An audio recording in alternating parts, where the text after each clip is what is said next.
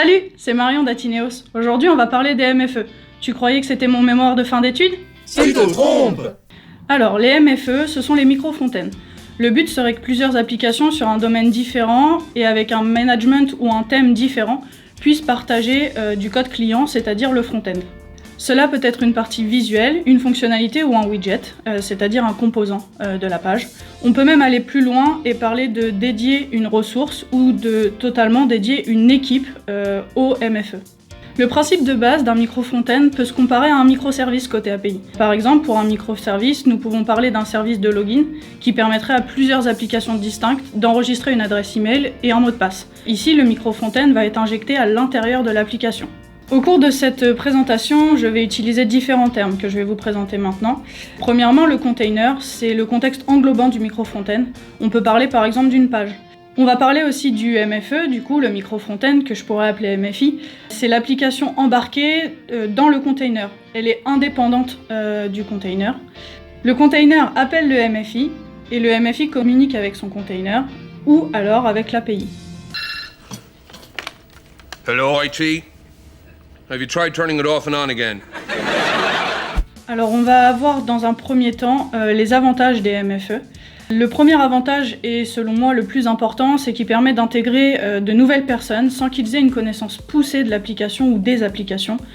Et on peut même créer une équipe dédiée au MFE. Le second point positif, c'est qu'on va pouvoir factoriser le code qui va être utilisé sur plusieurs applications. Par exemple, factoriser le code relatif au login ou relatif au support. Un autre point positif pourra être le déploiement qui sera indépendant. On va plus se préoccuper de l'état du développement dans l'application. On peut se focaliser sur le micro-front-end lors des tests QA et avoir ses propres pipelines de déploiement qui peuvent être continus. Si on est prêt à y aller, on y va. Ça veut dire qu'on va pouvoir faire des maps qui seront unitaires. Un autre avantage sera le code source qui sera plus petit et plus simple et donc plus facile à utiliser pour les développeurs. Dans un monolithe existant d'une application, on va pouvoir proposer des nouvelles fonctionnalités sans presque toucher au code existant. Ensuite, on va pouvoir éviter la complexité due à un couplage involontaire ou inapproprié entre des composants qui ne devraient pas se connaître. On va avoir l'API qui sera la source de vérité et des interactions qui ne seront pas entre les micro-fontaines mais seulement avec l'API. Si nous voulons expérimenter de nouvelles technologies ou de nouveaux modes d'interaction, on va pouvoir le faire de manière plus isolée qu'auparavant, puisque nous serons à l'intérieur de notre micro-fontaine. On essaye d'éviter un maximum le passage d'infos entre les différents micro-fontaines, sinon on va réintroduire le couplage, ce qu'on cherche à éviter avec cette solution. Bien sûr, le micro-fontaine ne remplace pas un bon code propre à l'ancienne, ça ne nous dispense pas de penser notre code et de faire des efforts sur sa qualité. Mais ça va nous pousser à être explicite et à délibérer sur la façon dont les données et les événements circulent entre les différentes parties de l'application. Oh, plus beau que ça, tu meurs! Bien sûr, les micro-fontaines ont des désavantages comme toutes les solutions. Le premier point, c'est qu'il faut une très bonne communication entre les différentes équipes, donc les équipes des micro-fontaines et les équipes des différentes applications. Le découpage en code unitaire est aussi plus compliqué à prendre en main quand on a l'habitude des gros monolithes. Et enfin, on peut avoir des problèmes de version de dépendance. Par la suite, je vais vous détailler plusieurs solutions, mais peu importe la solution que je vais vous présenter, il faut qu'elle puisse permettre le découplage entre les applications et les micro-fontaines. Elle doit permettre de travailler avec une équipe multicompétente et indépendante. Elle doit aussi faciliter le déploiement. Elle doit être simple pour travailler localement.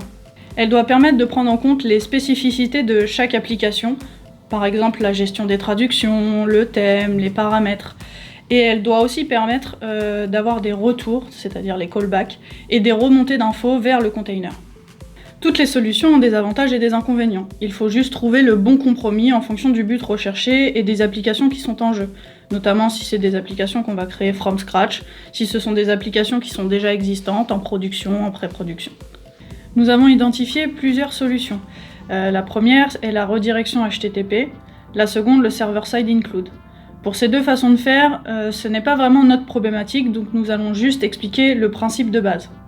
Je présenterai ensuite la solution du bundle inclus dans les dépendances, de l'iframe et de la balise script que je détaillerai avec leurs avantages et leurs inconvénients. La première solution est la redirection HTTP, comme vous pouvez le voir. C'est un reverse proxy qui redirige un appel vers une page spécifique de l'une ou l'autre des applications. Le server-side includes, ce sont des commentaires spéciaux insérés dans le fichier source HTML. Le serveur inclut le contenu HTML supplémentaire. On va maintenant détailler la solution du bundle inclus dans les dépendances. Le micro-front-end est un projet séparé qui est inclus dans les applications grâce à une dépendance, comme on inclurait React avec NPM par exemple. L'un des désavantages de cette solution, c'est qu'il va falloir qu'on mette à jour chaque projet séparément. Le micro-front-end est mis à jour dans le gestionnaire des dépendances, puis les applications peuvent être mises en production. Du coup, si on ne veut pas de différence entre les applications, il faut tout mettre en prod en même temps. Ensuite, l'un des désavantages est qu'il est difficile de synchroniser entre les différentes équipes. On ne peut pas travailler sans l'intégration dans un projet, car on est obligé d'utiliser le micro-front-end dans un contexte particulier. Et pour finir, le micro-front-end est intégré au container, et le bundle deviendra tout de suite plus lourd. Je ne suis pas gros. Vous avez compris? Je suis un peu enveloppé, mais je ne suis pas gros. Maintenant, on va passer aux avantages du bundle. Le premier et le plus important, ça va être au niveau des performances. Elles vont être meilleures car on va télécharger le micro-front-end en même temps que le site. Donc on va pas avoir de chargement supplémentaire, comme par exemple avec Uniframe.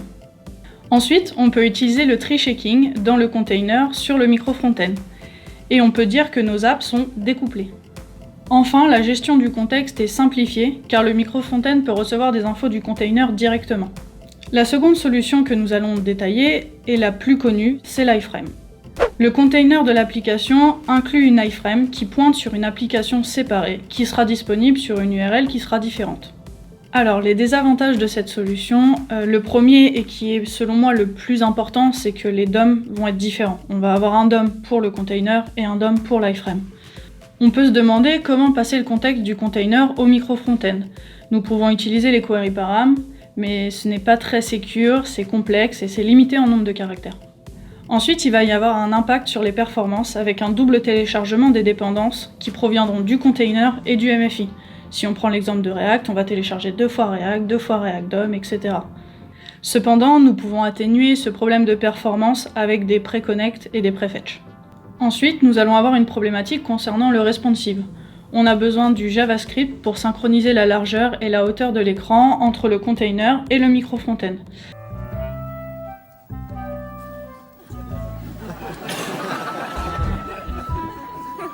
De plus, tous les éléments graphiques qui dépasseraient de l'iframe seraient cachés et les superpositions devraient être gérées à la main.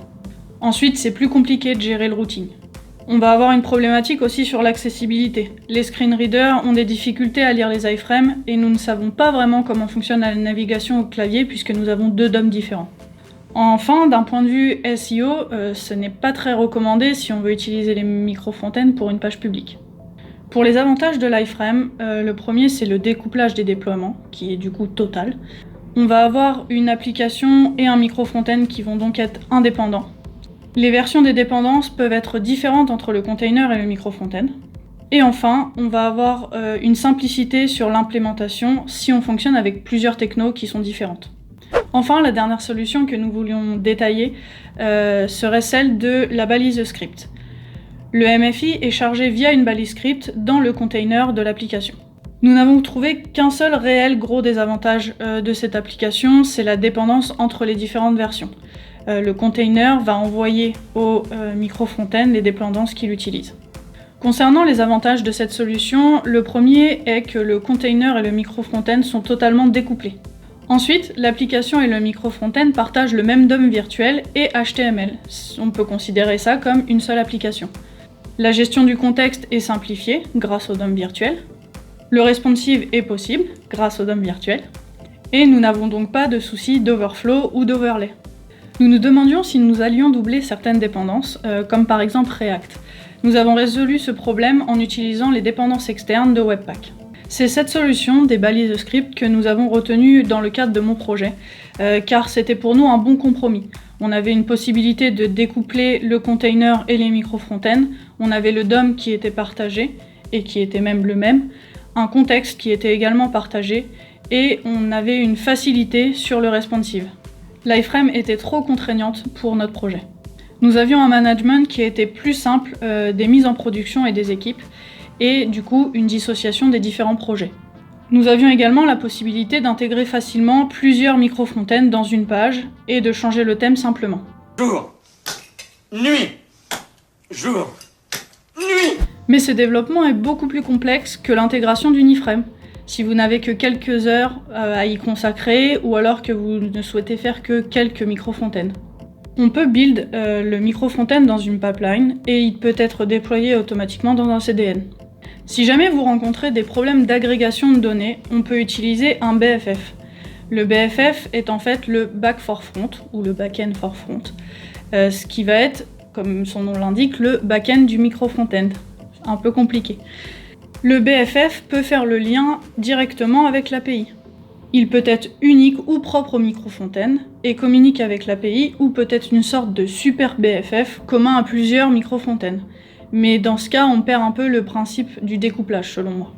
Nous pouvons dissocier le micro-fontaine et le BFF au cas où il y a de la logique complexe à faire entre le front et l'API. Maintenant que vous voyez le concept des micro-fontaines, je vais teaser un peu la vidéo suivante. Vous verrez l'implémentation du micro-front-end de A à Z avec React, depuis la création du composant Launcher, qui permet d'intégrer le micro-front-end dans le container, jusqu'à la génération du bundle du micro-front-end. Si vous avez aimé la vidéo, il n'y a plus qu'à mettre un pouce, et pour toutes les questions, c'est en commentaire.